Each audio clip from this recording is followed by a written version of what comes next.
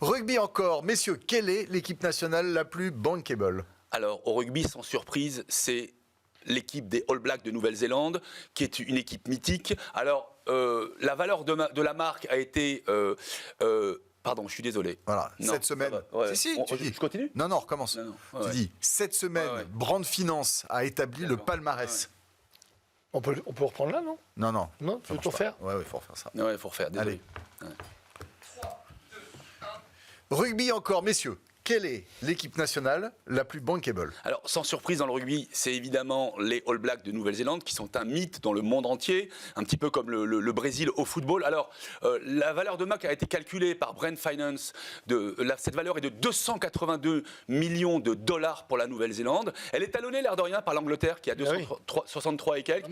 L'Angleterre, ce sont les inventeurs du jeu. C'est vrai que quelque part, les supporters anglais aussi avec les Lions britanniques ont une notoriété mondiale. La France n'est qu'à 159,4. Est-ce que nos coqs ne seraient pas aussi fameux que les All Blacks de Nouvelle-Zélande alors qu'on les a battus le 8 septembre? Ça vous a surpris ce palmarès cette semaine? Pas du tout. Vous savez, dans l'ADN des marques, il y a quelque chose de très fort. Il y a la réalité, il y a le matériel et il y a l'émotionnel.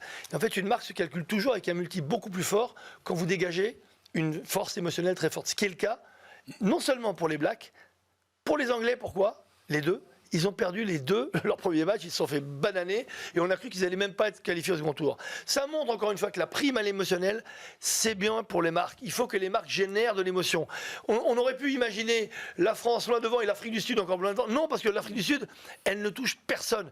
Les Français, il y a un petit blocage parce qu'on est le pays organisateur et donc le pays organisateur qui perd en quart de finale, c'est pas bon. Mais les Blacks et les Anglais, je peux vous dire, et d'ailleurs la demi-finale va être terrible.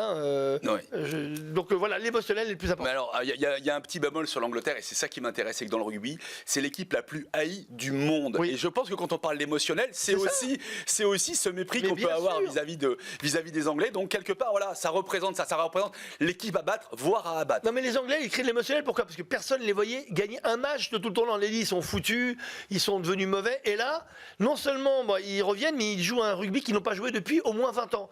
Donc, ça montre que quand il y a de l'émotion, il y a du pognon. Messieurs, cette semaine, Brand Finance a également classé les équipes les plus sponsorisées. Là encore, les Blacks dominent avec 80 millions de dollars, loin devant la France avec combien selon vous? Je crois que c'est 33,3 équivalence avec l'Angleterre et avec l'Irlande. Il est incollable. Voilà, l'Angleterre, l'Irlande et la France, très très belles équipes, mais encore une fois, le sponsoring des All Blacks, c'est un sponsoring global, un sponsoring planétaire. On est sur l'exigence, le leadership, la performance, des valeurs qu'ils caractérisent, même quand ils perdent. Vas-y. Je voulais dire que c'est la suite logique de ce qu'on a dit tout à l'heure. C'est qu'à un moment, encore une fois, les sponsors vont là où ça bouge, vont là où ça fait vibrer.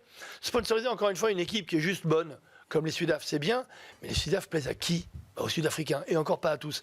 Alors que l'All Black, en France, juste après la France, ce qu'on préfère, c'est l'All Black depuis toujours. Vous savez que les Français chantent très très bien le Kamate, go. Donc ça justement, moi je reviendrai sur un élément très intemporel, c'est qu'encore une fois, le haka, c'est quelque chose de tribal, de mythique, c'est vraiment le mélange des populations anglo-saxonnes et des populations maoris. Et ça, c'est intemporel, et quelque part, on achète une intemporalité. C'est mythique, et un mythe, ça vaut cher. Voilà pour le rugby.